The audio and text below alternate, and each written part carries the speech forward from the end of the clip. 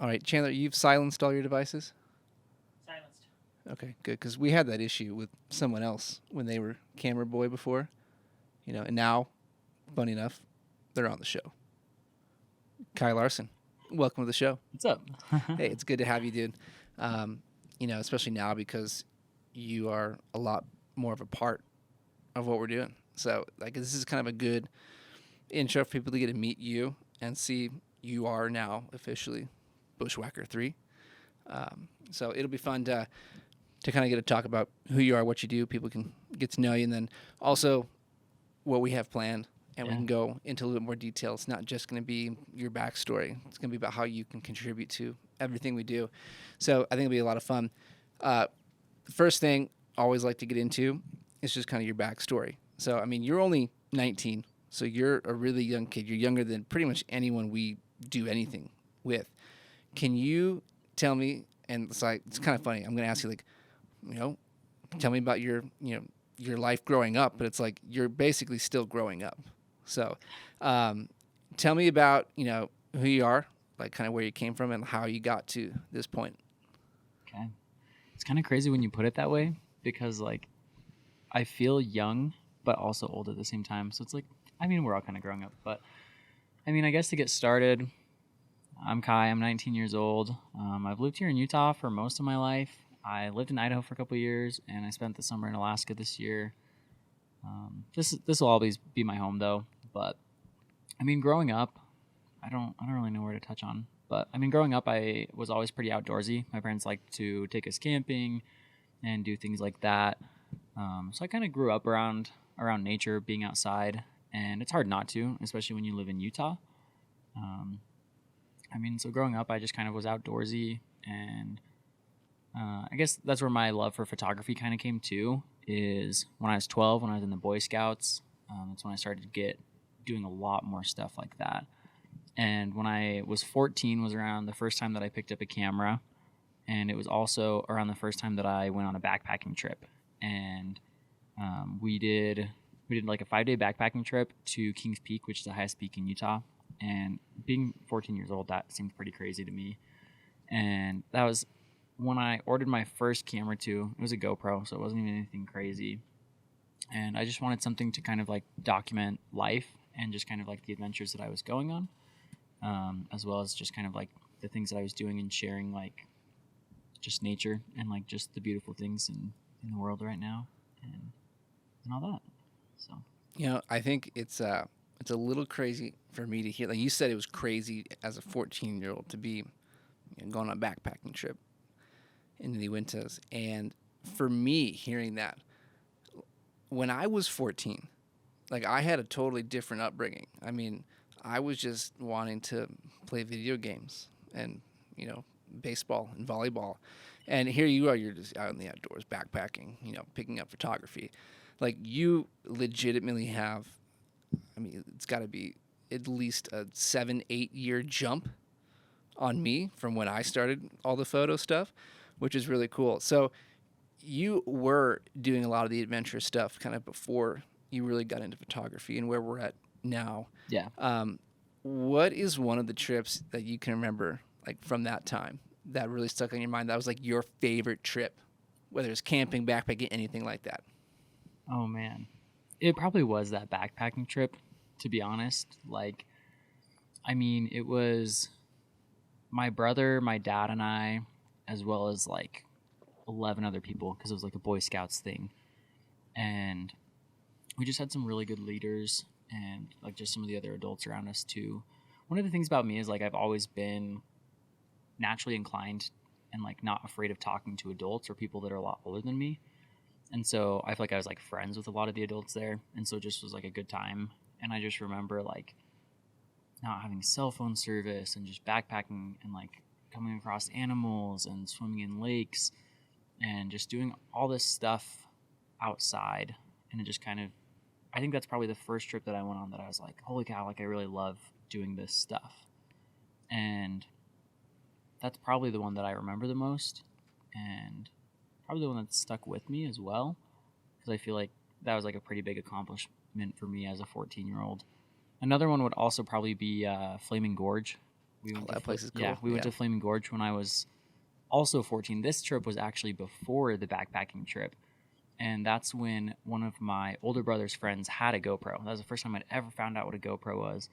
And it was right before my 14th birthday. And I was like, I want one of those. And so I took some of the money that I saved up and that I also got for my birthday, and that's what I bought. But Flaming Gorge was also a pretty cool trip because that was the first time I ever went like river rafting. And that was super fun because we just were rafting down this river and there's rapids and there was probably like three boats. And we would literally like jump from ours into another one and we try to throw people out of them. And it just was fun. Like, it just was a good experience. And it, like, I wasn't sitting inside on a couch watching TV, watching like an action movie where somebody else was like jumping out of a helicopter into a raft going down a canyon or something like that. It was like I was actually outside doing something instead of watching it on a screen, which I feel like a lot of people when they were 14 did. Hey, well, I mean, that was the upbringing I had, so you better be careful with this and that, No, there's nothing wrong with that. I mean, like, I did my fair share of watching TV too. Right. And I liked video games when I was a kid. But I just kind of started to be more outdoorsy. Yeah. No, and I think it just, it speaks to the contrast of life in a place like this as opposed to where I came from in the Midwest, where, you know, you can go on hikes, but they're really more just like quick little nature walks. I mean, you're going through a forest preserve. You're not climbing a mountain. You're not going river rafting, anything like that, because those kind of options just don't really exist. Yeah. And so it's a completely different experience, you know. And when I hear you're doing that at 14, I'm like, that's insane. Like, those activities were never even a thought in my head. And I also think it's crazy. Like, that's literally just like 5 years ago for you. Like, that's not that long ago. That's crazy too. Like, thinking about the math, like being 19 and being like, oh, when I was 14, it feels so long ago. But like 5 years, when you think about it, really isn't a ton. Yeah, well, that's what, like, and you mentioned too, like, you've always said you felt comfortable like speaking to adults and everything, and I can attest to that because I mean we're almost 10 years apart, and every time we've ever hung out or anything, like, it's been fine. Yeah. But like, I think it's funny that we went on that trip earlier this year in spring, and, you know, we're kind of making fun of you because, like, you were 18 at the time. You weren't even 19 yet. Yeah. But there was a joke. I don't remember exactly what it was, but there was a joke. Like, you were saying something like, oh, back when I was like a sophomore. And I think Ramon was like, that was like 2 years ago, bro. Yeah. And it's like, it really, like, there's such a different, there's such a gap there that, like, for us, if I say back in sophomore year, I'm speaking like, you know, 10, 11, 12 years ago now, which is crazy. I mean, that's a very long time for you. It's like just like yesterday, you know? Yeah. And so I think it's really funny. But, like, at that same time, it's really neat, like, for someone like me to see a young person like you have the kind of experience and background you have. Because, again, I didn't grow up that way. But here you are with basically a 10-year jump on me in this field. And I can't imagine where you're going to be in 10 years, which is really cool to think about. Yeah. So you said you picked up a camera when you were 14? Yeah. And that was a GoPro. Yeah. So now that you know the difference between like GoPros and regular cameras, tell me what it was like to shoot photos on a GoPro. Bro, seriously. Oh, it's crazy. It's like, I worked at a camera store for like a year and a half, and we had people come in and they're like, oh, I'm just shooting on my phone. I'm just shooting on my GoPro. They're like, I want to get a real camera. I'm like, yes, you absolutely do. And because I had that experience, I could sell them an actual, like, a real camera because I knew the differences. And it's crazy starting on a GoPro too, because I don't know, I guess originally, like, I kind of wanted to do video. I was doing video and photo, and I was just doing it all on this GoPro. Fun fact, it was a GoPro Hero 5 Session. And if anybody doesn't know what a Hero 5 Session is, it's like a cube. It doesn't even have a screen on it. And so I would connect it to my smartphone to see what the angle was that I was looking at, or sometimes I'd just snap a photo. Because I was 14, I didn't really know about composition or lighting or color grading or anything like that. I just wanted to take photos of like all the pretty places that I was going, which were literally like an hour from my house is it. And like wasn't even doing anything crazy with them. I just wanted to capture that.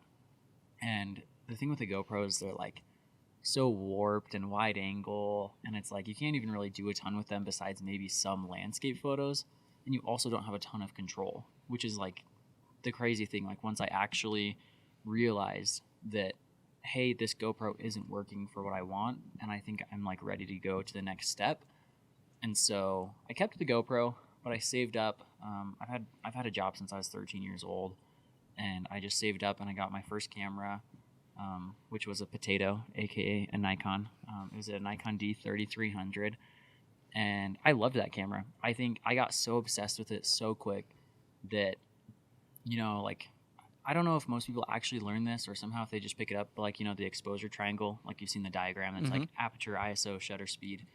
I was like watching YouTube videos and I taught myself like how to use full manual control on my camera in like a week or two, and like just dove right in and learned it like the back of my hand. Like the only thing that I really struggled to learn was like exposure compensation, but other than that, like just like, and seeing like the difference too, like having a professional camera that you can like choose the settings just helps you get so many better photos. Yeah, well, I think like that's something that is scary for a lot of beginning photographers 100%. is learning how to shoot in manual. Yeah. And I kind of had a similar experience to you.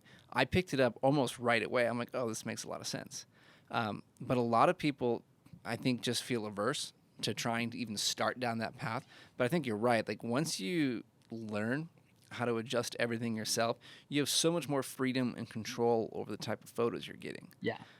And I think especially like for you, learning that at such a young age is really a testament to like your ability to pick things up and to figure out how to do things a lot better and very quickly. Because again, you're only 19. Like you've been doing this for a few years still, but you have picked up these skills extremely quickly.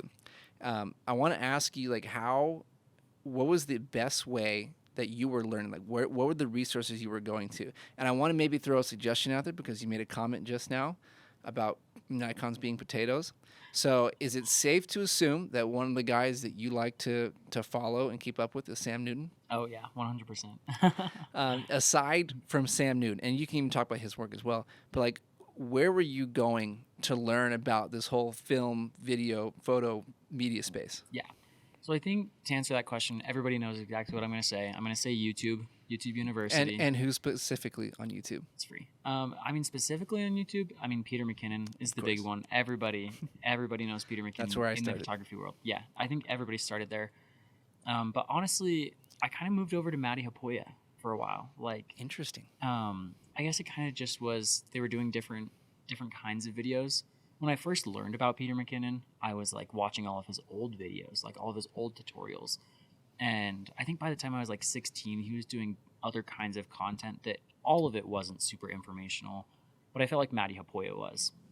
And I was going tons of other resources too. YouTube has so many, but those are probably like the two big artists because they covered like photo and video instead of like some people like only covered video or only covered photo. So those were definitely probably the two artists that I watched the most and helped me learn. Some other big ones were like F-Stoppers, Autorama, B&H, like all those big camera stores have their own channels too. And that's what they focus on is teaching people because they want to be able to sell products and you learn, and that's why people go there. And so, I mean, I just would search it up. And one of the things that I actually would do is I would go to the filters and I'd click most viewed, because usually the most viewed, I think, in my opinion, is the best one because most people have viewed that. And then I'd watch that. And if I still didn't understand the concept, I'd watch more. Another one was Tony and Chelsea Northrup. And so I watch them too. If anybody knows who they are, they do some pretty good educational content on photography as well. Yeah, there's a lot of really good resources out there. And, I think you end up finding a lot of those people naturally as you watch others. Like, I was watching a lot of Peter McKinnon, and you can't help but find a guy like Matty Hapoya too. But they do such a great job of breaking everything down. And, like, I learned that exact same way. And if you really take it to heart and put the time in, you're going to learn really quickly. Like it's not a matter of like if, but when. Yeah. Like when it'll click and you'll get the hang of all of it. And not just like with taking the photos, but editing all of it, the entire process of photography and videography too. If you spend that time, really soaking all that in, it's going to come. Yeah. I think one of the other things that I didn't really touch on is one of the other really good resources for me, especially being so young and picking up a camera, was school. I mean, most schools don't have like a super in-depth photography course, especially for me, where I just jumped head first. I felt like I was probably the most advanced person in my class. Not to blow steam up my butt. Hey, it's okay to brag. Yeah, but like I still took those classes. Like even in high school, I took those classes knowing that I knew most of it. But even then, I would show up to class every day, and if it was something I knew, I would learn it more. And if it wasn't something that I knew, then I could say that I learned something new that day. And so, I mean, junior high, I took a photography class, and then I moved into high school. In high school, I took one every single year. I also was on yearbook, and so we took lots of photos. And so, if you're in junior high, high school, even college, colleges have great programs for that. I mean, you can graduate with a bachelor's in photography or film. And so, I would definitely say utilize those classes as well, even though YouTube is also great and it's free. Yeah, and I think maybe like the theme that underlie what you just said is really just shoot. Like shoot as much as you can. 100%. I Like, was doing that too. yeah, like the more you shoot, the quicker you're going to get better. Yeah. It's again, it's just one of those things that feeds into itself. Whether you're actually out adventuring like we do, going these places, but the more you're working with your camera and taking that time with it, it's going to come naturally. Now, I'd like to ask you if you could share with us, like, maybe the biggest tip that you have for people who want to learn photography. What would that be? And I know I just took one saying shoot as much as you can, but what would you tell people who are just picking up a camera for the first time or maybe feel stuck with what they're doing? Like, how can they get over that hump and really get moving in this space? I mean, honestly, I think what you said is exactly what I would say. Every time anybody asks me what my advice is, that's what I'd say every time is just shoot. And one of the things that I realized too, being so young, is I could sit all day. Like, I didn't watch a lot of TV when I was a kid. I like to say that, but I did. I wasn't watching movies and TV shows. I was watching YouTube and I was learning. And so I would watch 3 hours of YouTube, but then like to learn photography, but then sometimes I would do nothing with it. And then other days I would be like, oh, like this is something that really intrigues me. I want to learn about it. And so at 15, 16 years old, I would literally take a pen and paper and I'd sit downstairs in front of my TV and I'd write it down. And then the next day, if it was too late, I would go outside and I would take pictures and I would practice those things. And so, I mean, being consistent and then practicing all of the things that you're learning too. Because if you're taking in all of this information and then you're not doing it, it really doesn't help as much as it could. And so just experimenting too. Like that's one of the best ways to learn is just play with your settings, play with your camera, and then just like watch videos on how to do something and then go and actually do it and then compare it and see what you can do to be better. Yeah, you got to be able to apply Yeah. everything you're learning. Otherwise, like you said, like it's almost worthless. Yeah. Like you have to be able to put it into practice. And I think what you were talking about there too is something I had a very similar experience with, not necessarily with photography, but it's learning that your time is extremely valuable. And I think it's really why you are where you're at today with how good you are in this space.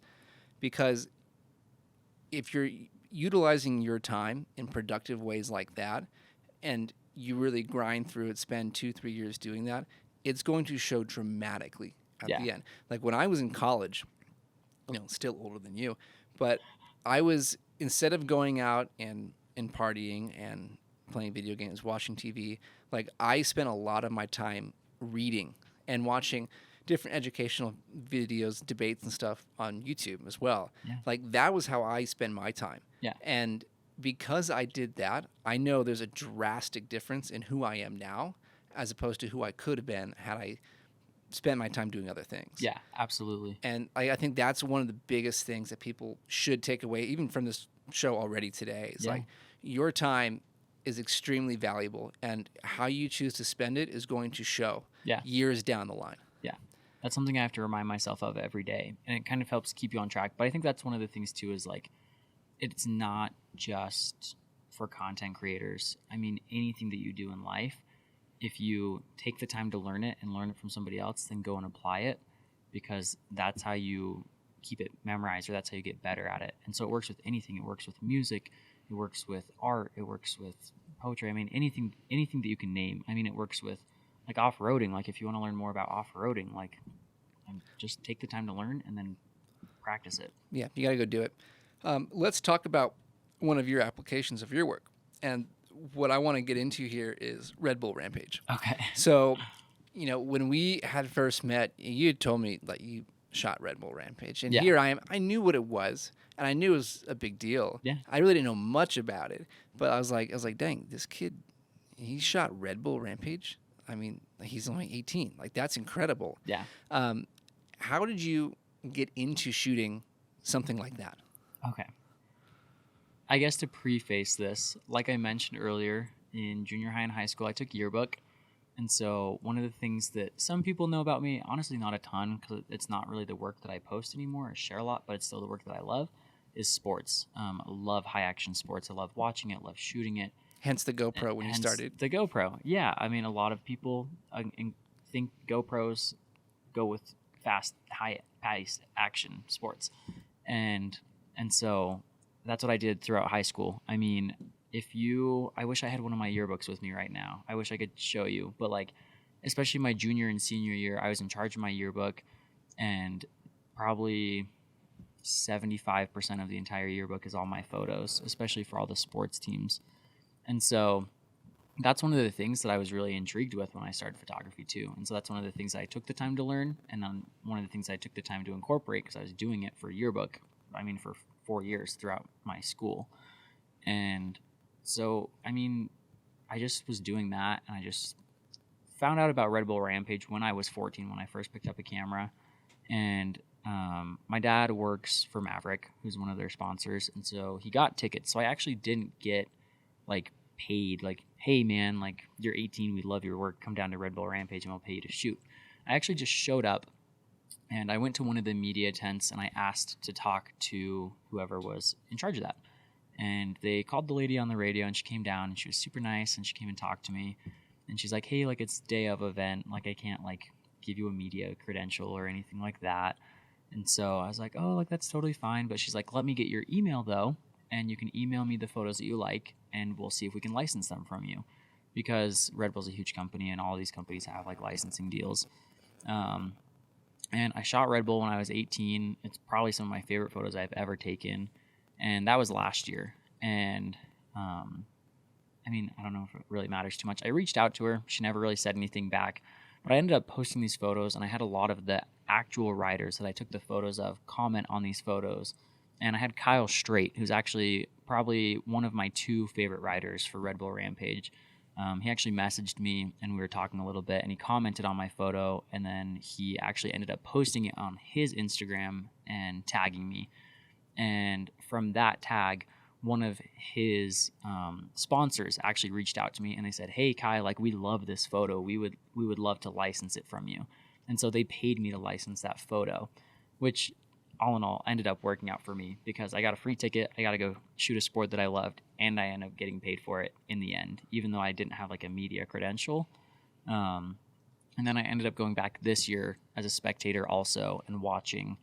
And this year I feel like wasn't quite as good as last year, but that's because they did it at a different venue. But even this year was incredible too. And so that's something that I would love to pursue more. And if anybody that works for Red Bull or has a connection is watching this or listening, please hook me up. I would love to shoot Red Bull Rampage as an official photographer another year. Yeah, well, I will vouch for you because those photos that you took from that first time you went are incredible. Thank you. And I mean, when I talk to other people about you, those are the photos I show them. I'm like, this dude's legit. Look at these photos he got at Red Bull Rampage. Yeah. And everyone who sees him like, whoa, that's so cool. Like those are amazing photos. Yeah. For everyone who may not know, who's listening, can you tell us what Red Bull Rampage is? That's what I was just going to say. I think we should go into that. So I can explain Red Bull Rampage, but even explaining it does not do it justice. I would highly recommend that people go onto YouTube and look it up. You can watch the condensed version. It's usually like an 8-hour event, and then they shorten it down and just put like the 2.5 hours of people actually riding, so you don't hear all the talking and all the pauses. But Red Bull Rampage is an event put on by Red Bull every single year that it's possible. I think it first started in the early 2000s, And so hypothetically, if they would have done it every year, they would have had like probably 20, but they've actually only had 14 because some years it's been too dangerous, some years they haven't had enough riders. But Red Bull Rampage is the most, what's the word that I'm looking for? High action and dangerous downhill mountain biking event in the world. And it's held every year that they hold it in southern Utah, and it's insane. Like, these guys have a week basically. They show up if they get invited. There's only a certain amount of riders every single year that get invited, and they're considered to be the best riders in the world for free ride downhill mountain biking. And they show up and they have 4 days to dig their line in this ginormous mountain of just sand, which is what southern Utah is sand and rocks basically. And then they get one rest day, and then they get 4 days to practice. And one of the crazy things that I learned about this is usually there's about 20 riders that get invited every year. And most of the time, by actual like race day or competition day, when all the spectators show up, there's sometimes like half or 3/4 of that amount, because a lot of these guys get injured just practicing their lines, because it is just so crazy, like what they're doing. I don't even pretend to understand it. Like, I know last year there was about 18, 20 guys that got invited, and only 13 or so of them ended up actually competing. And there was actually one guy that during the event failed one of his tricks and broke his collarbone and a couple ribs. And I have photos of him tumbling down this mountain and his bike breaking and his helmet obliterating. And they stopped the entire thing for like 45 to 60 minutes to get him on a stretcher and to get him to a hospital. And it's just crazy. Like, these guys are doing things that just I couldn't even imagine. Well, they're doing things that no person should ever do. Yeah. I mean, like, what they do literally is insane. Yeah. And like you said earlier, you can talk about it, you can explain it, but it does not do it justice. Like, everyone at home needs to go at least look this up. Yeah. To see what you're talking about, because the lines these guys are doing are absolutely insane. Yeah. I mean, you have to be a special kind of person to want to go do that kind of stuff. It's crazy. You can live stream it every year. And the crazy thing too is that this is all done on BLM land, and Red Bull, I don't know if they pay like a fee or like do what, but they use this BLM land. And so once they pack up Red Bull Rampage, you can go there. They take everything down because they don't want people that think they're professionals throwing their bikes off these 80-foot gaps. But you can take your ATVs up there, you can take your 4x4s, and you can go check it out. And it's just crazy to see these lines and the heights and the things that they do. And it's just gnarly to think about too. That's why they're the best in the world at it. And that's why so many people come to watch. And they also only sell like a certain amount of tickets. And most of it's like, they open it up. And I know last year, like, I already had a ticket, but I just got on to even see what tickets are, like, run price wise or how fast. And they were sold out in 20 minutes. And people jack the prices of these tickets up because it's something I met a couple people this year that they literally flew here from Europe to come and watch this event, because mountain biking is pretty big in Europe too. And like, some people don't even get tickets. There was one guy that was in the parking lot holding up a sign, like looking for a ticket, and he was like willing to pay like an absurd amount of money just for a ticket, but nobody wanted to give him one because it's such a crazy event and they all wanted to go and watch. Yeah, it's something that, I mean, any action sport like that is just, I can't wrap my head around it. I don't know why people do it. I'm very risk averse in that sense. Yeah. But I mean, what those guys do is absurd. Yeah. Like, you would never get me close to. I don't even want to take a mountain bike on a regular trail, like in the mountains here. Like, that is out of my comfort level. So I can't imagine doing something like that. You really enjoy sports and action stuff. What is it about those activities that draws you to them, at least as a photographer? Yeah. And if they also interest you, like, to actually go do that stuff, what is it about those things that pulls you in? Oh, I think it's just the adrenaline rush. I think it's a kid. crazy. Yeah. I think, like, even watching it, like, you get an adrenaline rush. Like, I remember when Free Solo came out with Alex Honnold, and just seeing everything that he was doing too. Like, growing up, I wasn't into extreme sports or anything like that. I liked spending time outside. But as I've grown up, I've been like, wow, I really want to try that. And because of Red Bull Rampage, I picked up a mountain bike and I started doing a little bit of mountain biking. I'm not crazy like they are. I don't do insane jumps, but that's something I would love to get into if I can find the talent and the time for it. And that's one of the reasons I love photographing it too, is because taking pictures at events like that gives me a way to watch the game and take pictures. And so I'm doing two things that I love at once. And so I just love it all in general. I don't even know how to really explain it, but just being on the sidelines or being in something like that, being involved in it, even though I'm not the actual athlete, just gives me this sense of participation. But then I also get a front row seat to the event, and I get to take some pretty cool pictures too. Yeah, it definitely is a great way to combine, say, two passions of yours, because like that makes it all the more fun. Yeah. Is to go and be able to take photos and also be around that kind of a thing. Again, I could never do that, but to each their own. Now, one of the other passions as well is cars and like off-roading stuff. Now, you just bought your current car. Yeah. Could you tell me what car you bought and why did you buy this car? Yes. So I think everybody kind of knows this, but we're Toyota fanboys around here. We are. No Jeeps here. Yeah, no Jeeps, not allowed. It's been a dream car of mine forever. I bought a Toyota 4Runner. I've been saving up for it forever. And I bought my first car when I was 16. It was a Hyundai Sonata Hybrid. Got 50 miles per gallon. But it wasn't good in anything. It sounds amazing. Yeah, it really does. It was nice. But, gas prices weren't as bad as they are now. It's true. But it didn't take me to the places that I wanted to go. And so I knew that I wanted something. And as fate had it, I ended up getting in an accident in that car and they totaled it out. And I found that out actually while I was living in Alaska. So I got insurance money for it. And all summer I worked and saved up and then came home and bought this car. But it's become a passion of mine. It's something that I have started to research more. I've watched YouTube videos, and it's like a little ongoing project of mine.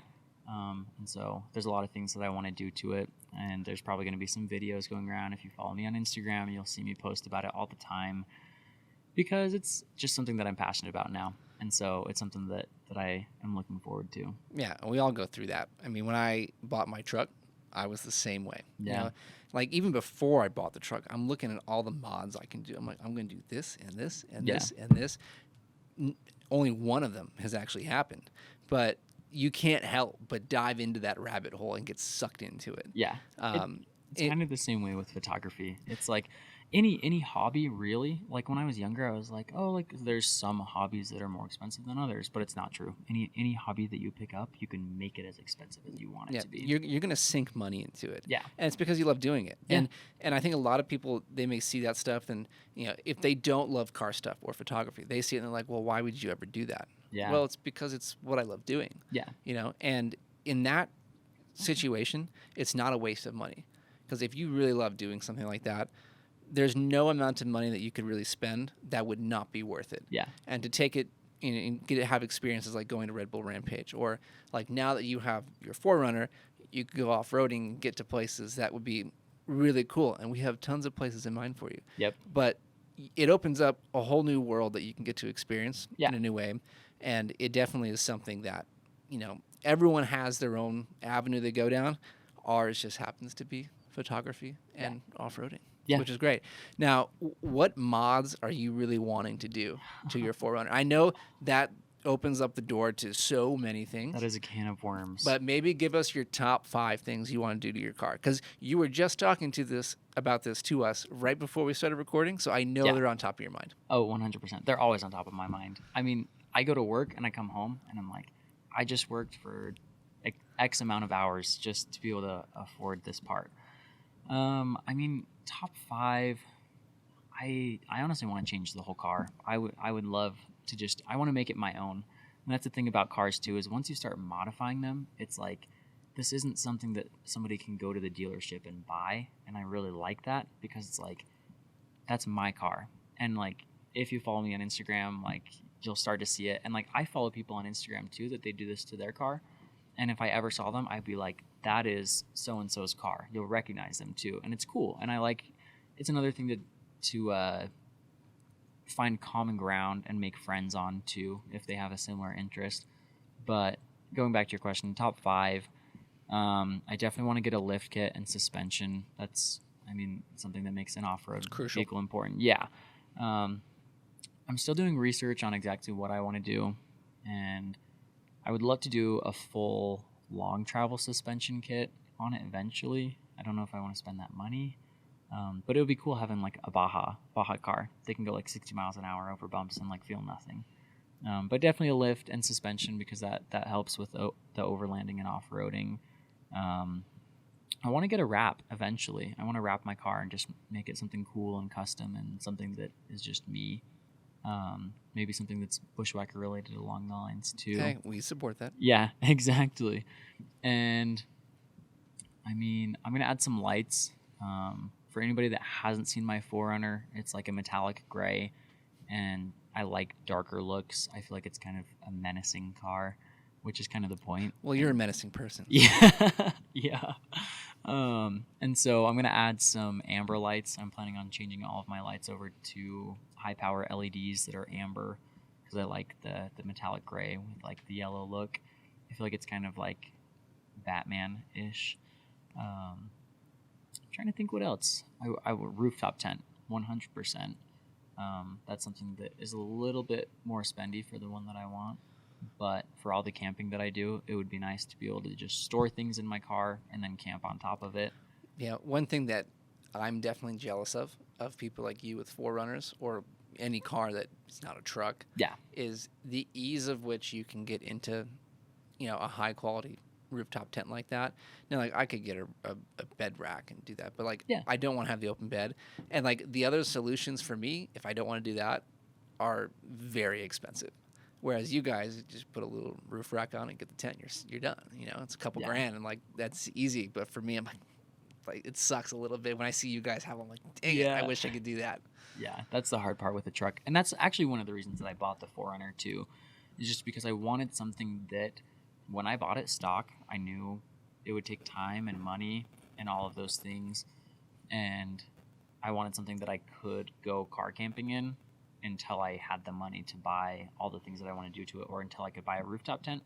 So it's great because I can still store all my stuff in it, but I'm 6 foot tall and I can still lay in it pretty comfortably. So it's a nice off-road adventure vehicle.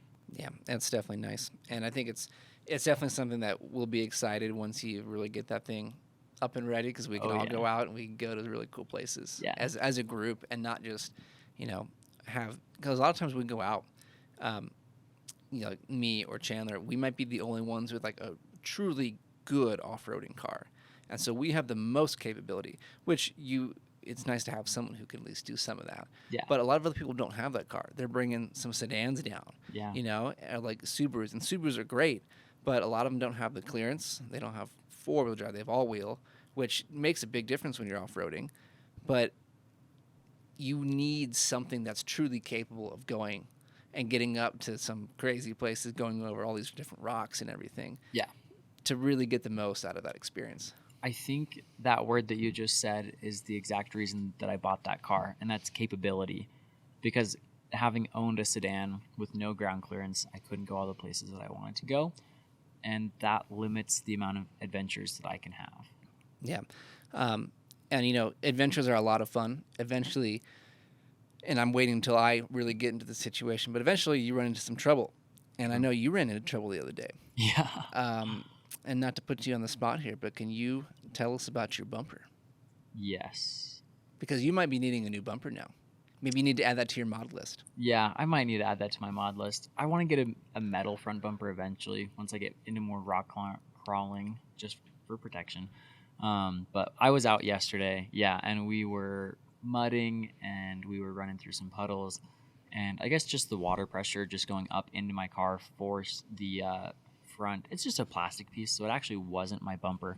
I posted a story on Instagram, and I guess a lot of people thought it was my entire bumper. I think you said it was the bumper. I did say it was the bumper. I should have been more clear because it was just the plastic piece, I guess, like cover that goes on the bumper. But it just clips on, so I could get another one.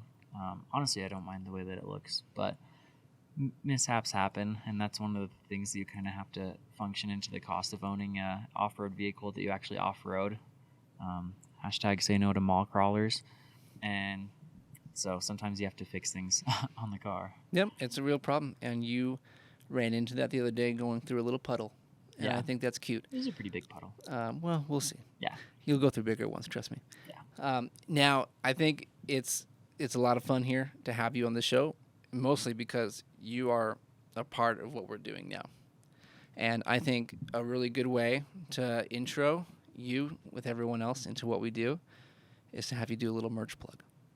100%. Give me your best merch plug for Bushwhackers. I won't just do a merch plug. I'm going to do an entire Bushwhacker plug. Oh, he came prepared. I just want to take a minute to talk about how awesome Bushwhackers is. I'm glad to be a part of the team now and just everything that it stands for. I mean, if you don't know, like, who we are, what we do, we just like to get outside. We like to get out with the community. We're big community people and like to get out. One of the things that I've loved is just meeting new people. I mean, graduating high school is like a weird time too. And so graduating high school at the same time that I was kind of hanging out with you guys when you were starting up Bushwhackers and going on all these meets and just using it to build the community and meet more people was awesome because I felt like I was making friends outside of just my little 2,200 people high school class. And so it was great. And one of the things too is I love our merch. It's one of the things that I stand behind completely. I've never been a big hat guy. I've always hated hats. I've had curly hair and I like my hair, but the OG hat is just like my favorite. Like I got one and I was like, oh, I wonder how much I'll actually wear this. But it's so comfortable and I love the way it looks. You wear it every day, it seems yeah, like. I wear it a lot, especially when I was in Alaska. Like I just wore it all the time. And just some of the designs too, like our 5-panel like happy camper hat is like this is something I would see in REI and I'd be like, holy cow, this is actually like so cool because we're putting thought and effort into it and it's things that people actually want and would wear, but it's also like us. It's like our brand. And so having like a line of merch to represent us or to be able to have people wear that represents the things that they like to do is just incredible. And having all these different things too. And we give them funny names and like we do things and just have awesome merch like the dad hat. Like this is just a typical like baseball cap. Like this is what I'd picture a dad in like the 1900s wearing, but it has our logo on it. Yeah, and when you put the camo one on, no one can see you. Yeah, exactly. It's like you're like the headless horseman. It just disappears. But it's just really cool. So I just love all of our merch. And if you guys want to buy any, you can go to www.realbushwhackers.com/shop and order as much as you want. Man, Chan, you see that hand motion he got in there? Like he's got Gotta this get the down. slash. Like this is great. He's going to be a great addition to the team. But we also, I mean, you didn't mention, but we also have the hoodie you're wearing, Yeah. as well as Squatch We have a hoodie. ton. We have Squatch T-shirt as well. Yeah. And both of those are relatively new, and I can test that they're very comfortable. Yeah, I mean, they like the 100%. T-shirt. The T-shirt's very comfortable. The hoodie is one of my favorite hoodies I've ever had. Yeah. We also have the beanie I'm wearing now, the Beehive beanie. Like we have a lot of good products, and it's fun definitely putting things out and seeing people wearing. Like when you were wearing your hat when you were up in Alaska the whole summer. Yeah. Like me and Chandler were like, this is pretty cool. Like, I mean, we knew you at that point, but we didn't know you like as well as we do now. Yeah. But it was like, okay, here's a guy who really appreciates what we're doing, is into it, but loves this merch and is not wearing it to like get our attention. Like, and it's like he just likes it. Yeah. And he wants to be part of this. And it's like, well, this is awesome. And that's kind of why we brought you in too, because like we could tell you really enjoyed all of what we do. Yeah. And we're like, you'd be a great addition to our team and can have some very good value adds to what we do. So let's talk a little bit about what we're planning on doing with you. So we are starting to launch some different video content. You know, we have this podcast and we've been doing this for, I don't know, a month or whatever it is now. Chandler's starting out some educational pieces. Yeah. So it's all part of our, I'll say, our grand strategy with video in YouTube. We have those two wings, and then we have the wing that we brought you in for.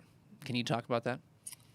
Yeah, I mean, I feel like the things that I'm planning on doing that would kind of brought me into the fold on is video. I'm by no means Peter McKinnon. I'm not an incredible videographer, but it's something I really enjoy, and it's something that I've wanted to get better at. So I found that if I'm doing something that's actually projects and things like that, and just videoing the things that I'm passionate about, it helps me grow and it helps other people grow. They can learn from it too. And so I like vlogging. I mean, a lot of people find that it's hard for them. I feel like I am pretty good with a camera in front of my face. And so it's just more about like telling a story and having a vlog that people actually want to watch. And so that's something that I'm hoping to get into more, as well as just all kinds of other videography, because it helps me get better as a content creator. And I just love sharing the things that I'm passionate about. And I know that other people share those same passions as me. And that's one of the reasons that I watch YouTube. And I know that's one of the other reasons that people will probably watch us as well.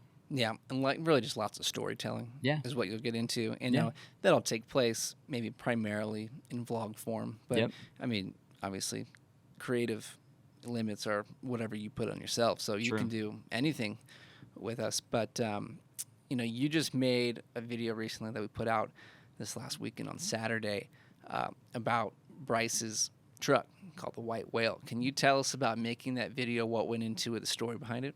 Yeah, so I mean, it's a learning process, and like every video, one of the things that I've learned, especially from one of the really great YouTubers called Casey Neistat, is that any good video that people are actually going to watch is going to have a beginning, a middle, and an end, just like any story. And so I just kind of kept that in mind, but I knew that I had a theme, and I knew that I wanted to talk about Bryce's truck because it's really cool that he travels out of it and just lives out of it. I think Bryce is a really great guy too. I met him while I was in Alaska, and we can get into that another time too, just whenever that happens. But I just wanted to make like a cool video, so I kind of just had an intro, and we talked about the things that we wanted to talk about, and then just had an ending. Just wanted to make sure that the quality was good, and just all the things. Like I just kind of had like a mental checklist. I put some of it just in a notes app on my phone too, which is just like a good way to stay organized, and then just kind of like went with it. Which isn't perfect. I mean, there's always room to grow. So, hey, well, you did great, and it's definitely a great first video to put out there. Because it was your first video, at least with us, that is. Yeah. You know, what did you learn in the process of making it that you hope to implement in future videos that you're doing? Oh man. I think one of the things that I've learned, even just from trying to vlog in general, because I have so many videos that I've tried to make and just failed miserably, because I would put a ton of effort into the beginning of the video, and then I wouldn't film during the middle, and then I'd be like, oh crap, now I have to do something at the end, and it just wouldn't tie together. And so one of the things that I just kind of learned is just have that storyline, or just make sure that you are actually putting equal effort into the whole entire video, because then it'll just make things so much easier and your time will be well spent. And I think put a little bit of pre-planning into it too. When I was younger, and I just would be like, oh, I'm gonna vlog this and this and this, they're still sitting on my hard drive. It's literally just like random snippets, which is cool, and it's like fun little, it's like a video diary, I guess. But it's like put time and effort into it too. And then right. Well, I think a lot of people don't realize that while photo and video, they are very similar, there's a major difference between the two. Yeah. And it's that video takes a ton more planning. Yeah. You can't, I mean, we can roll up to a spot, a location, wherever we're going, and just quickly photo, done. And video, if you're going to make a quality video that people want to watch, tells a good story, you can't do that. I mean, unless you're, again, an expert in what you're doing, you have to really plan out every step of the way. And it's a factor that people don't think about. Like they see videos like, oh, I want to make videos. It's like, you can't just jump into it. Yeah. I guess if I could put one takeaway after talking about it and thinking about it a little bit more, it would be that story is key or king. The story is what's important. Like, you don't just pick up a camera and make a movie and Netflix says, yeah, we'll buy this movie off of you.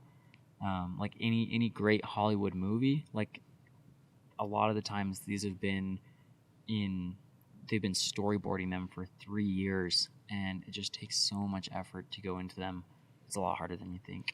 Yeah, And well, that's one of the things I learned. yeah, well, I have a really good story idea for you, for a future vlog, and that is that you love hot moms, and I think the world would love to know why, but also what I mean by that. Yeah, 100%. So I have a T-shirt, which I know is what you're referring to. A lot of people get a good laugh out of it, and so it's merch from another YouTuber that I like. He's not photo or video related. He just is a comedian, I guess. And I bought this T-shirt, and it's like a funny story, and I wear it everywhere, especially when I travel. It's like the T-shirt that I wear every time I'm in an airport. And it just says I love hot moms. yeah, it just says I heart, like a big red heart, and then it just says hot moms. It's like when you go to New York City and it's like one of those just normal touristy T-shirts that says I heart the Big Apple, but it just says hot moms. And I mostly got it as a joke. I mean, I, as much as anyone else, loves a good looking woman. And I really just bought it because it's funny. And I love people. I like making connections. And I can't tell you how many stories that I have from wearing that T-shirt that people have made comments about it. Some people think it's inappropriate, but a lot of people get a good laugh out of it. I remember one time I wore it to the airport when I was going to Hawaii, and I think we had like 3 different stops, and I probably got a dozen comments every single stop that we made. I probably talked to 40 or 50 people that day, which is a lot of people. Just because of the shirt you were wearing. Yeah, just because of the shirt. Probably one of my favorite stories is we were boarding the airplane to go from California to Hawaii, I think it was. And I just was walking down the aisle. I had a backpack on, and sometimes the straps like cover up the T-shirt, but most people will like take a minute to look at it. And I never realized how much people look at T-shirts. And I think maybe that's because some of us just have our phones in our faces. But this older gentleman, I was just walking down the aisle, and he just starts laughing. And I know exactly what he was laughing about because I was walking by, and he looks at me and he says, "Son, I love hot moms too." And he looks at his wife and winks, and it just was like the cutest thing. And I just loved it because I just laughed, and like a couple other people in the rows did too. And it's just fun to have a conversation with people, and it's a good conversation starter. And it's fun to have a conversation with people where they're laughing. It's not so serious. And it's a good way to make friends or like leave a positive impact on other people's day. I actually was, when was it? I think it was when I was flying home from Alaska.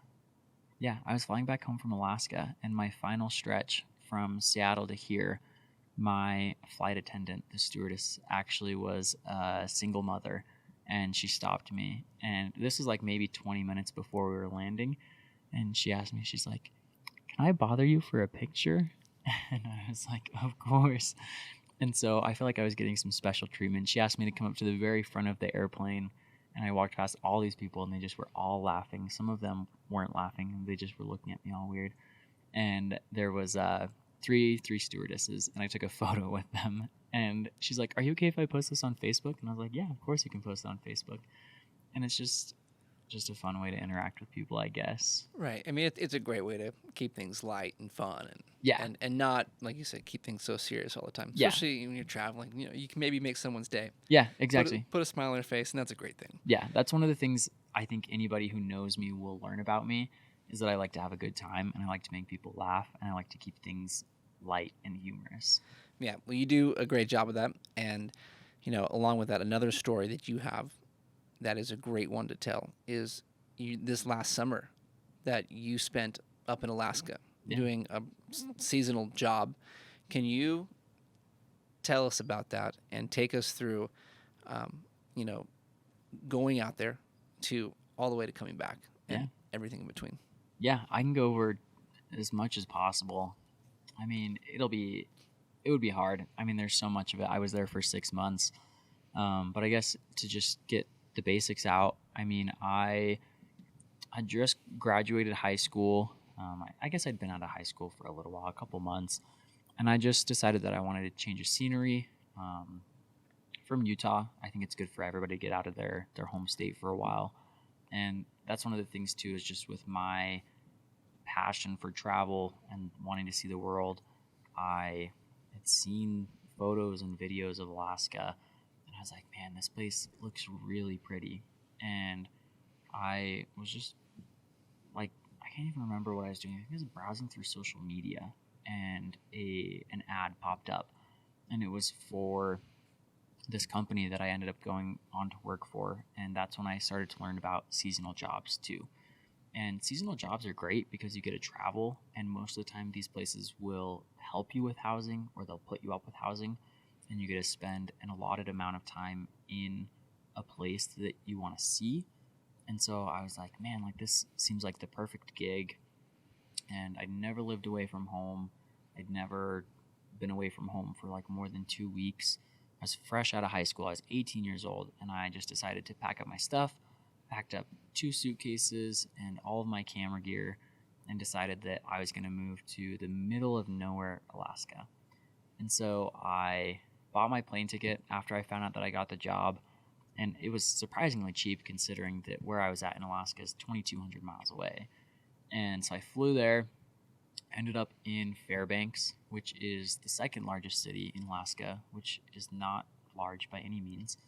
And from there, the company that I was working for picked me and a ton of other people up from the airport in buses, and they took us 2.5 hours to Denali National Park, which is where I was working.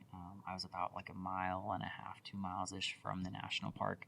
I literally could get off of work and walk on a pathway from work into the national park, where they have a free shuttle bus system that would take you within the first, I'm trying to remember what it was, like 42 miles. Originally it's like 84, but half of the park was closed.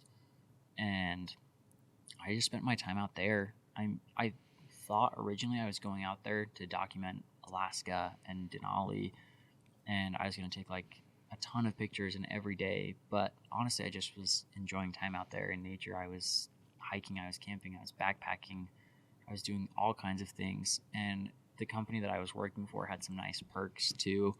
And so I got to have a lot of awesome experiences with the some of the touristy companies out there. I got to take ATVs out. I got to go zip lining. One of the flight companies out there that does flight tours around Denali, I got to go out with them probably 4 times. I also got to go out with a helicopter company called Temsco, and we did this really cool experience towards the end of my season where I went to their office where they had their helicopters, and they have 3 or 4 helicopters, and they literally are parked on a cliff with a river right below it. Like, I think one of those helicopters easily could have washed over into the river. And we loaded up and we went heli hiking. We went out with a naturalist, and they dropped us off in a helicopter on top of a mountain, and we just hiked around for 5 hours, and we ate wild berries, and we went over plants, and we found a goat skull, and it just was fun. And then they picked us up on the totally opposite side of the mountain, and Alaska is just gorgeous too. Like the mountain ranges, it felt like home, because here in Utah, like northern Utah especially, we have tons of mountains. And I worked a lot out there. I'm not gonna lie, I worked a lot. And as I was working, I was putting all that money away because my cost of living was super low, and that's like, I knew I was gonna come home and buy my 4Runner. That's been my dream car forever. But then I was having as many experiences as I could. I didn't even have a car out there because I flew. And occasionally some of our coworkers that did have cars would let us borrow them. I went to Anchorage a few times. I went to a few other places, and I didn't even touch a tenth of the state that I wanted to. It's huge. And it just was a crazy experience. I took a lot of photos, and one trip in particular too, that I did that was pretty cool. Yeah. So let's talk about just really briefly because there's better things to talk about. But what were you doing for work up there? Because it was a seasonal job. Can Oh you talk yeah, about that? yeah. We can talk about it. I wasn't sure if we wanted to actually get in depth Yeah. on what I was working. So I just was working at a hotel, because it's in the middle of nowhere. They have to house you because there's nowhere else to live. The town that we were living in was about 10 miles away. It's called Healy, Alaska. The population is like 200, 250. And when this company brings in all their seasonal people, because they're only open during the summer because the winters get so bad, the population goes from like 250 or 300 to probably 2,500. They house a lot of people and they bring in a ton. And so that's what I was doing for work. I mean, for me, it was just a way to have access to the national park and to have cheap housing and cheap food and just experience a part of the world that I probably wouldn't have experienced for a long time And if I you hadn't done that. and you mentioned, some of those perks that you had access to, like Yeah. a lot of the different excursions that the hotel actually would put on for people. Yeah.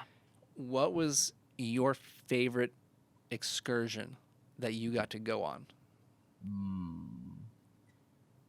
There was a lot of them that were good. There's a rafting company out there, and we went rafting. That was actually one of the first things that I did. And they put you in not a wetsuit, but a dry suit, which is a little bit different. And we rafted 11 miles of the Nanana River, and that was pretty sweet too. I mean, we didn't even do the super rapidy part because it was too cold and there was like too much snow melt that it was like super dangerous. So they didn't take us that far down the river, but that was really fun because I love rafting.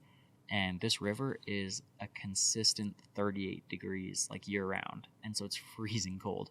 And we actually jumped in the river with our dry suits, and I had like a couple layers of clothes on underneath, and it was still pretty cold, but it felt fun and gave me a little bit of an adrenaline rush.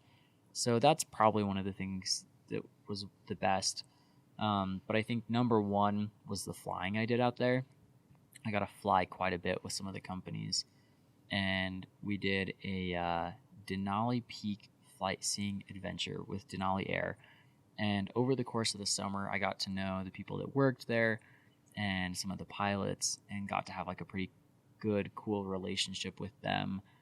And it's crazy because Denali is the tallest peak in North America, and we flew around it. The first time I flew around it, it was pretty cloudy, so we couldn't even see a ton, but you could still see the peak. And it's just crazy to think about it because it's ginormous. And I think the third time that I did it, it was a super clear day. We got so lucky, and we literally flew like almost eye level with the peak, and it makes you feel so small. So that was probably my favorite thing. That's the one thing that I would recommend that you budget when you go to Alaska and do that. And it's actually the best way to see Mount Denali. A lot of people, they don't think about flying around it. A lot of people don't have the budget for it, but they go into the national park and they think, oh, it's Denali National Park, I'm going to see Mount Denali. No, you actually are not going to see Mount Denali. There's actually a really cool statistic that is 30% of the people that go to Denali National Park get to see the actual mountain, like the whole mountain. And 30% is pretty low. And you actually have to go pretty far into the park. And so just that experience alone was just great because I got to see the mountain pretty much every single time that I flew. Yeah, I was hoping you were going to say that one because if I'm thinking about this correctly, you have one photo that you took from the plane with the wing in the shot of Denali. Yeah. That might be, I mean, the photos that you've done on like Red Bull are a totally different kind of style of photo, but that photo with the plane wing in front of Denali might be my favorite photo of yours. Really? I think that's such a cool thing. Yeah. I mean, a lot of times I see people who do those kinds of flying trips, not necessarily up in Denali, around here, anywhere else here, but I see those. I'm like, those like they're okay. Like they don't do much for me. But your photo, I'm like, that looks freaking cool. Yeah, it was crazy. That was the first time that I flew, and like we just turned a corner, and the pilot was like, "That's Mount Denali," like it was a little bit more like more than that. It wasn't so, oh, there's Mount Denali. But it was pretty cool, and I do really like that photo. Sometimes I wish the plane wing wasn't in it, but it gives like a small sense of scale, and it also gives you like the story of like, bro, I literally had to be in an airplane 18,000 feet above the ground to get that photo, like somewhere that like not even, you couldn't even put a drone that high up in the air. And so it was crazy. Yeah, definitely a really neat say the thing, and least. like a cool story that you have that most people are never gonna have. Yeah. Having seen Denali, one of Alaska's great national parks, and I think there's 8 up there maybe in Alaska. Sounds right. 7 or 8. Yeah, and a lot of them are hard to get to, but I have a feeling that all of them might be the coolest ones you could ever go see. Yeah. So, having been to Denali now, what is the next park in Alaska that you'd like to go see? Oh, dude, that's so easy. So there's actually this national park. A lot of people don't know about it. I learned about it while I was in Alaska, and it's called Gates of the Arctic. One of the cool things about Alaska is a lot of the places you want to get to, there's not roads. And so there's 2 other means of travel that are actually really popular still in Alaska, and that's boats and airplanes. And some national parks, there's not a road into them, so you have to take a boat, is what most people do, or an airplane. And Gates of the Arctic is one of those few that has no roads and no boats, and you have to take an airplane. And I don't know exactly what the number is, but it's the least visited national park out of any of them because it's expensive to take an airplane in there.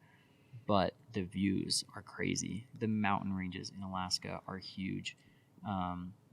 Alaska has like 7 of the 10 highest mountains in North America, and it's just crazy that they're all overrun with glaciers and stuff, and it just would be insane to see. There's a guy that I follow on Instagram that he did it, and he spent like a week up there, and it's like, dude, you're living off the grid for a week in a national park that maybe gets 100 visitors a year. You think of Arches National Park or things like that, they get 100 visitors in maybe 10 minutes. And so it's just crazy to think about it. Like, it's probably the national park or probably a section of the earth that is not touched by man. And some of the places that you're going are places that no other man has been before. It's like stepping on the moon, kind of. Yeah, I mean, like when you describe something like that, like it gives you goosebumps almost. You're like, Yeah. that would be one of the coolest experiences you could ever have in your life. Yeah. I mean, not only is it, so far away because it's in Alaska, it's also pretty far north in Alaska. Yeah. But like you said, you can't take a car, you can't take a boat, you have to get a bush plane. Yeah. And that whole trip, thinking about it, has to be one of the coolest experiences you could ever have. Yeah. It's special to even think about, and even more special for the people that have actually been there, because it's like so few.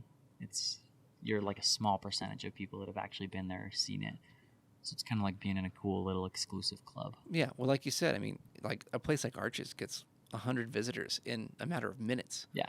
Whereas that place, it takes a year to get that many. And so there's no touristy aspect of it. You're not running into crowds of people.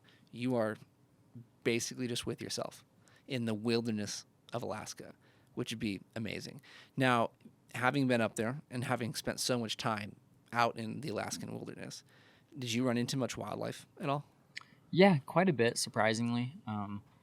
Most of it was wildlife that I knew I was going to encounter. Alaska has a ton of wildlife. And I wish I would have been more proactive about getting deeper into the park. And I wish I would have seen more bears, but I did see a lot of wildlife. They have a lot of smaller animals, too, which you see every corner that you turn. But I saw a lot of moose, and I saw a lot of caribou. Those are probably like the 2 most popular animals out there. I saw some Dall sheep. Most of it was from a distance because they like to stay at higher elevations. And I did see like 2 or 3 bears. Nothing super up close, though. But yeah, still a lot of wildlife. And one of the things that is also kind of well known about Alaska is the 24-hour sun. Yep. I mean, you were there for a whole summer. Yeah. So what was it like dealing with the sun all day, every day, for a pretty long period of time. Yeah. It was awesome, to be honest. Like, for somebody who likes the outdoors, it was cool because I could, if I ended up working a late shift at work, I could get off at 10 p.m. and I could walk into the national park and it would still be light, and I could hike till 2 in the morning, and technically 2 in the morning is like sunset. The sun would, like, I mean, air quotations, go down, but you would just have like a 2 or 3 hour long sunset until the sun would rise back again in the morning. And so you wouldn't ever get true darkness. And so it was crazy because, like, you could literally watch a sunset for 2 hours, and here it's like, oh dude, I got 10 minutes to watch sunset before it's gone. Yeah. Or like now, with daylight savings, sunset's at 5 o'clock now. Yeah. And we have what seems like more darkness in the day than light. Yeah. Whereas you had literally 24 hours of light. Yeah. I mean, how did you sleep? Blackout curtains. You get used to it too. I mean, the curtains that I had weren't super dark, and so I just kind of learned to just go to sleep. Well, what was it like camping though? With that, like, were you able to get to sleep easy enough? Because like otherwise, your body would kind of not get used to the natural times you'd be getting to sleep, especially if you're on a multi-day trip. Yeah. It's like, what was that like? Yeah, I mean, it was still pretty similar. I think my body knew what times I should be going to bed, like just kind of like the rough times. And so I just would be so tired just from camping or backpacking, whatever we were doing, that I just would fall asleep. And sometimes you'd wake up and it would be like 3 in the morning and you're like, is it 7? Like, you kind of just wonder. You just have to look at the time on your phone or your watch. But it was pretty crazy. Like, I mean, I have a really nice headlamp, and I maybe used it 2 times the whole 6 months that I was out there. Like, I mean, normally when you go camping, it gets dark, and if you have to go to the bathroom, you're like, oh, gotta grab my flashlight and go to the bathroom. But it's like, nope, you can just walk out your tent. You don't have to worry about it.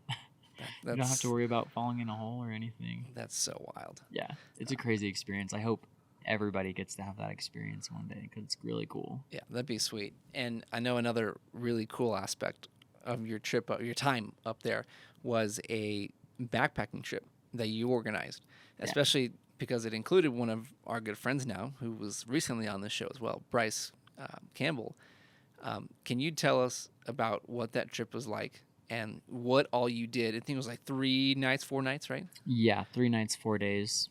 Yeah. So what all did you guys end up doing, from start to finish? Take us through it. Yeah. So we did a ton. Just to preface that trip too. Every year for the last couple of years, I've had a tradition where I go camping for my birthday, and this year was like the first year that I was away from home. I didn't have the same friend group, and I was working a ton. I was working probably 6 days a week, sometimes 7 days a week.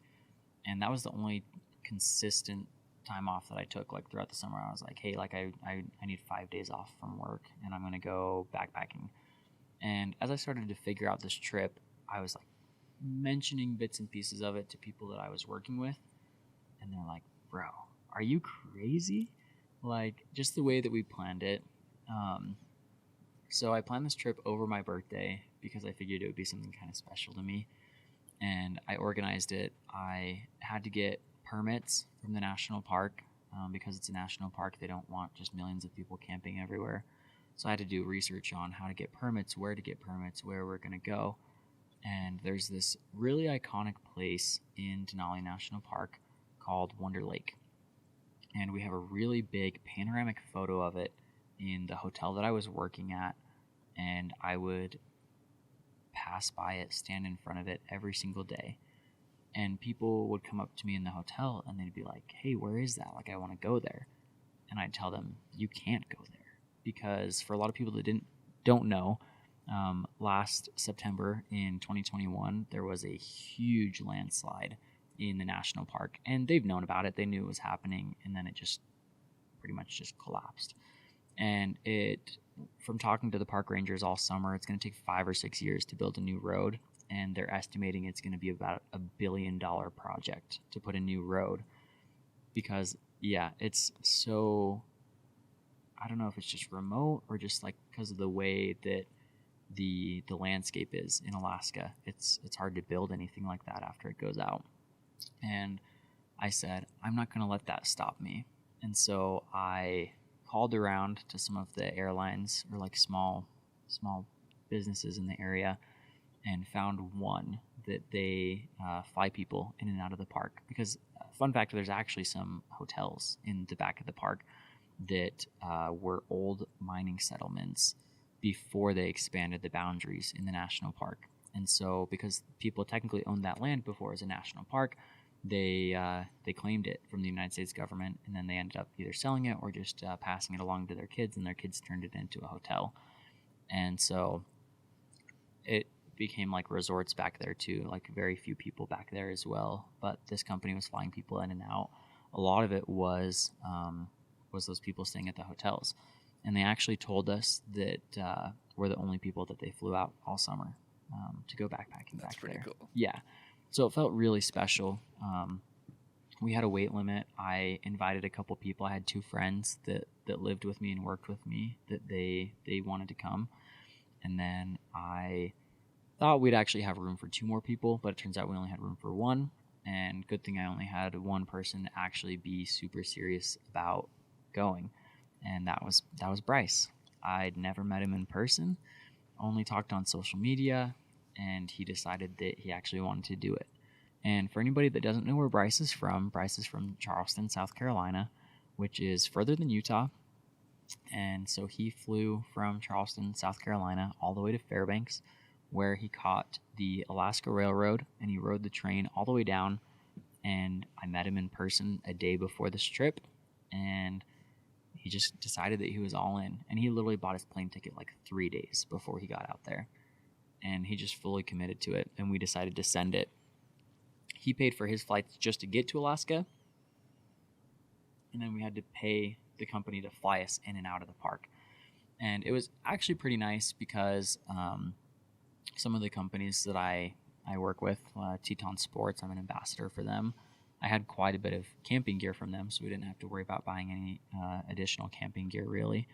And then we also, I reached out to Peak Refuel. I have a friend that works for them, and I was like, hey, man, like, is there anybody that you can hook me up with here just to reach out to and see if they'd send some product out for some photos?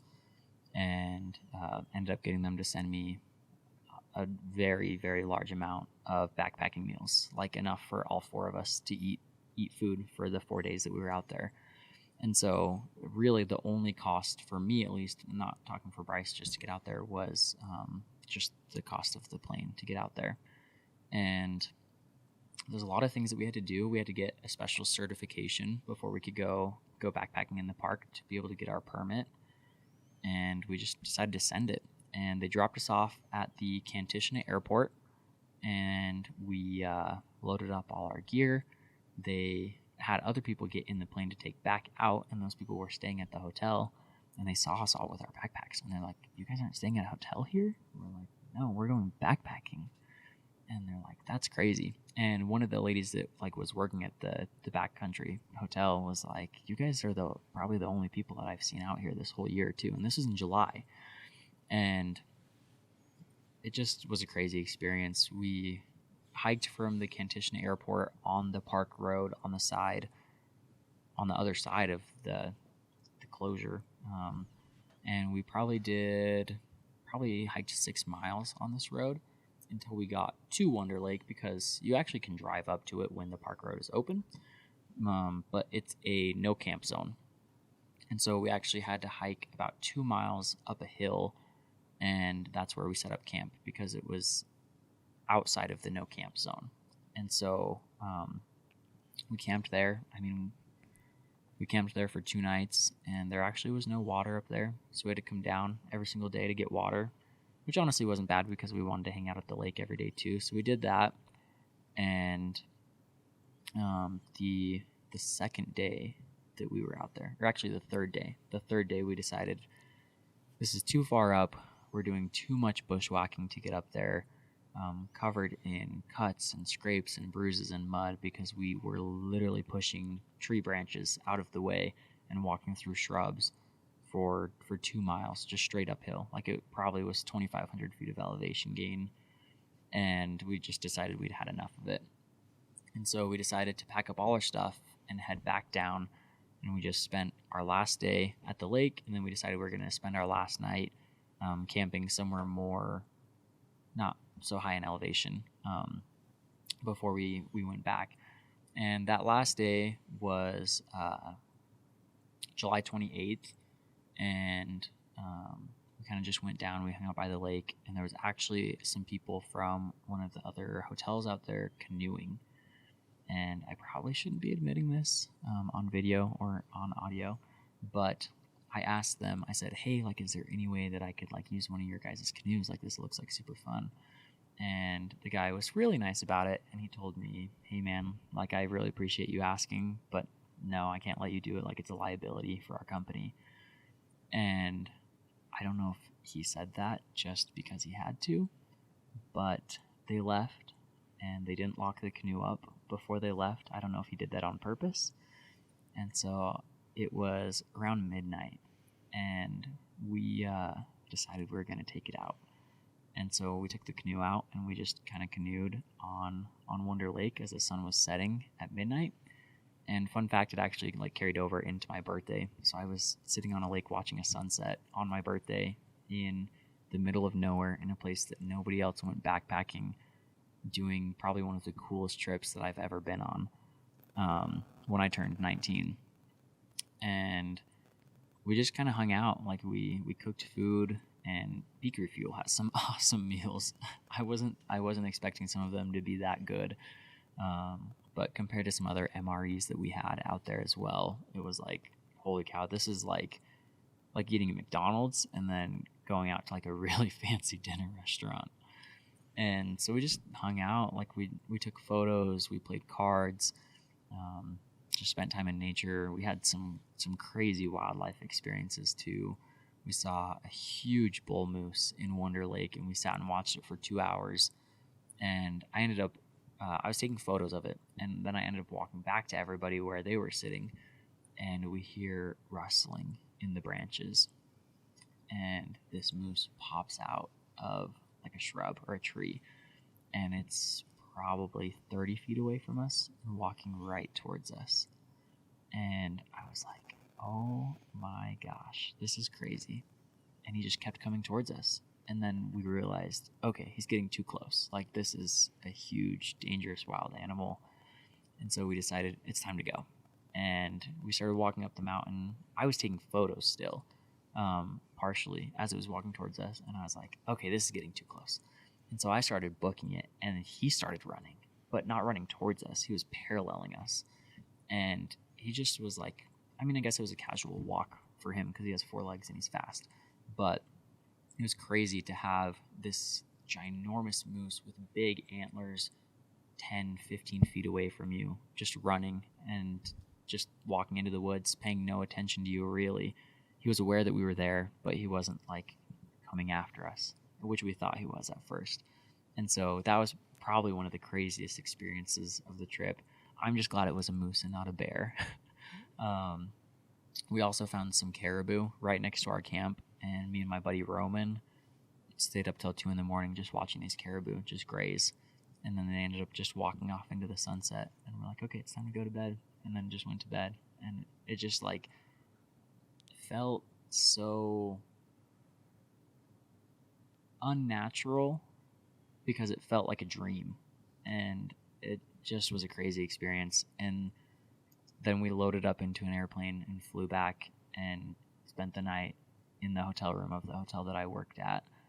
And it just still kind of seems unbelievable because that's something that nobody else has done. And Bryce actually made some really cool stickers that are, one of them is on my water bottle, and it says, I backpacked Unit 15, and it has, like, a mountain and an airplane, just to kind of, like, signify, like, our really cool trip that we had to fly into this national park. And we got to see Mount Denali with no clouds around it too. That's one of the things I forgot to mention is the first 2 days it was cloudy and we couldn't really see the peak. And then the last 2 days, it was super clear. And you get to see like the true size and beauty of this ginormous mountain. And then we flew home right past it. And we had this really cool pilot. His name was Roger. And Roger had been flying airplanes for 30 years. And we got to know Roger. And Roger was really cool. And he was pointing out some places to us. And we flew over Wonder Lake. And we pointed out to him where we camped at on top of this ridgeline that just took 4 hours to get up to every time. And he said, I won't use the vulgar language that he did, but he said, "You guys are freaking crazy. I've never heard of anybody camping up there." And it was like, really? Like, that's crazy. And I don't know. It just was worth it to us, I guess. And it just was the trip of a lifetime. Yeah, I mean, it sounds like an incredible experience.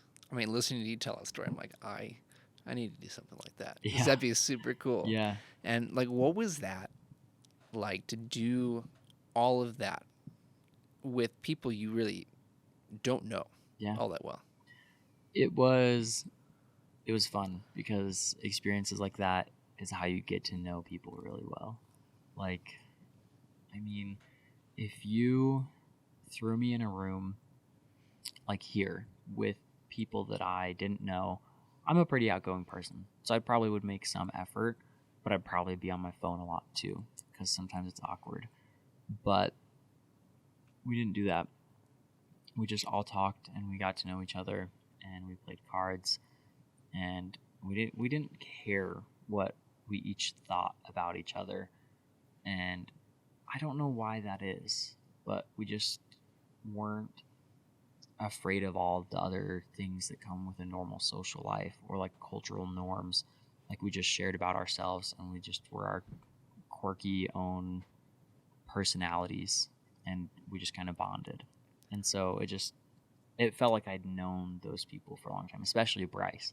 Like, literally had known him for a day, and he ended up spending like a week with us in Alaska, and I felt like I'd known him for like a decade by the time he left. That's amazing. And I think like that's obviously nowhere near to that extent, because your trip, your backpacking trip is far different than what we do on a more regular basis here. But to some degree, I think we get a little bit of that as well. I mean, the 100%. trip that we did back in the spring, like, Yeah. that was the first trip we'd really done with you. Yeah. And that was right before you left for Alaska. Yeah. But I mean, that trip and everyone in our group there, like, we bonded really well. Yeah. And to this day, that's, of all the trips we've done, a lot of people said that's like their favorite trip. I mean, it was amazing. Yeah. And it's one of those things, like, it'd be so fun to be able to go back and relive all of those moments. Yeah. And again, being able to do that in Alaska would take that to the next level. Yeah. Doing it almost anywhere, but I think that is one of the things that I've noticed is you can take strangers and you can make them do something together that they have somewhat in common. I mean, a lot of us are photographers, a lot of us are videographers, but you don't have to be a photographer or a videographer to come hang out with us. We just all love being outside, and we like getting to know people, and we like having experiences or adventures. And so that is just common ground for everybody, and that's how you make friends.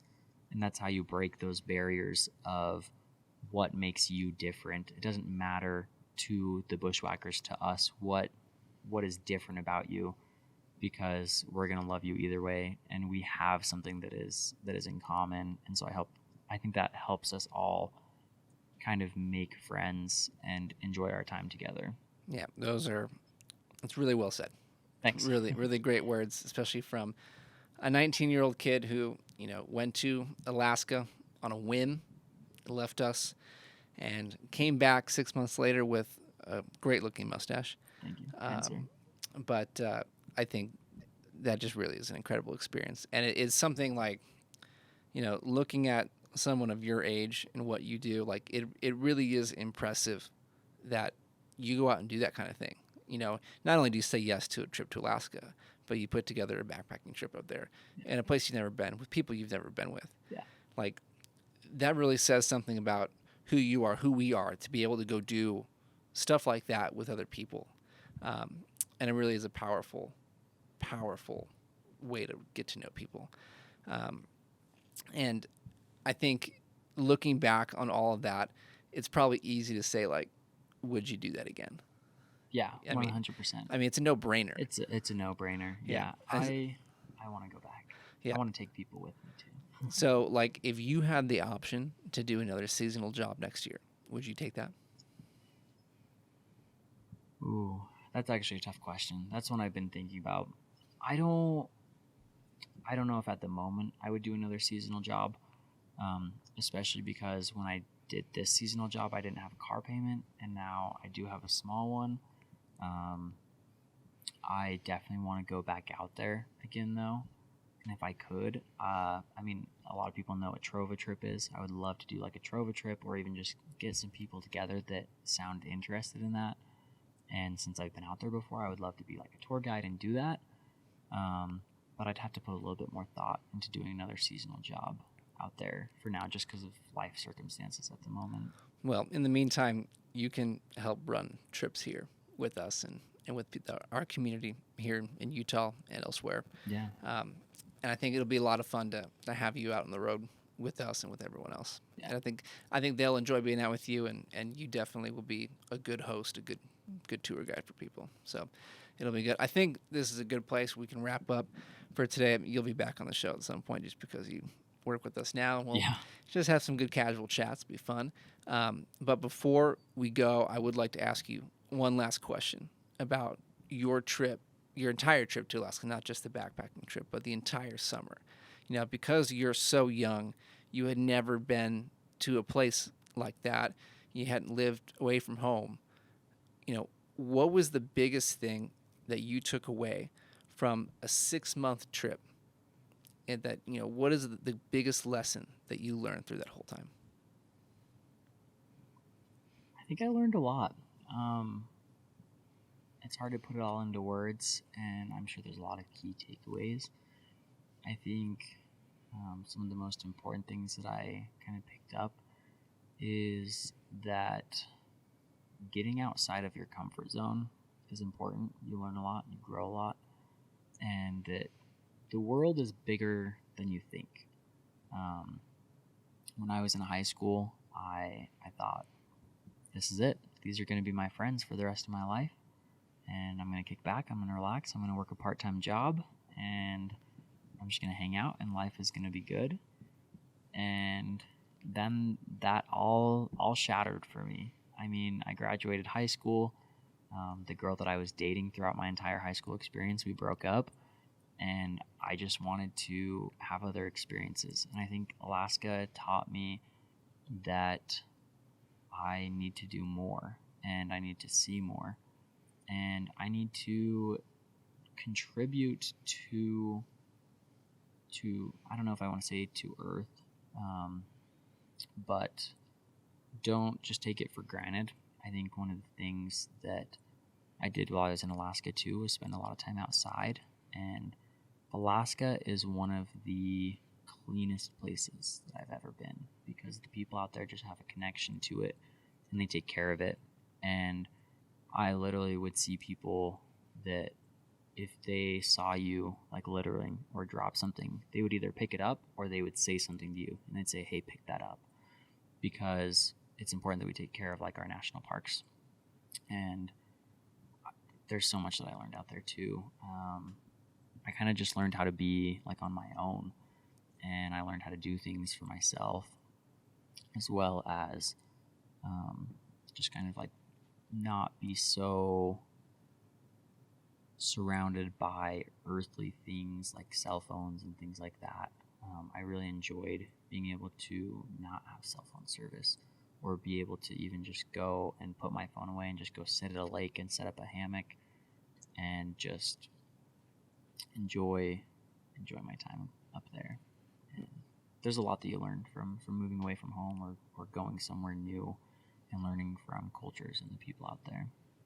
Yeah, well, Alaska is one heck of a place to go off for the first time on your own and learn how to grow up. And I think it probably did a lot of good for you. I agree. So I think that's a good place to stop. So let's call it today. And I think maybe let's have you lead us out of the show today. Can you tell people where they can find us and what we're up to? Yeah, absolutely. I mean, we're on pretty much all the social medias that people use. You can find us at Real Bushwhackers. We have Bushwhackers Squatch and Bushwhackers Shop that you can follow us on Instagram. You have our website that I mentioned earlier, but I'll plug it again because I feel like I'm pretty good at it. Take a minute to go to your web browser and type in www.realbushwhackers.com. Press that enter button and go explore our website. You can follow us. You can find out what we're all about, and you can learn a little bit more about us. You can find all of our personal social medias on there as well. Send us a message and get outside with us and come have fun and get involved in the community. That's great. You forgot one though. Subscribe to this YouTube channel. True. Subscribe to the YouTube channel. Follow us on Spotify and Apple Podcast, and just stay tuned because we got a lot in the works and we're growing, and I think it's something that everybody wants to be a part of and enjoys learning and watching. Yep, we got a lot on our plate, and I think having you on board is really going to help us accomplish a lot that we didn't think we'd get to this year. I'm excited to be here. It'll be fun. Well, buddy, we got cheers to pink juice. Absolutely. Finish it off.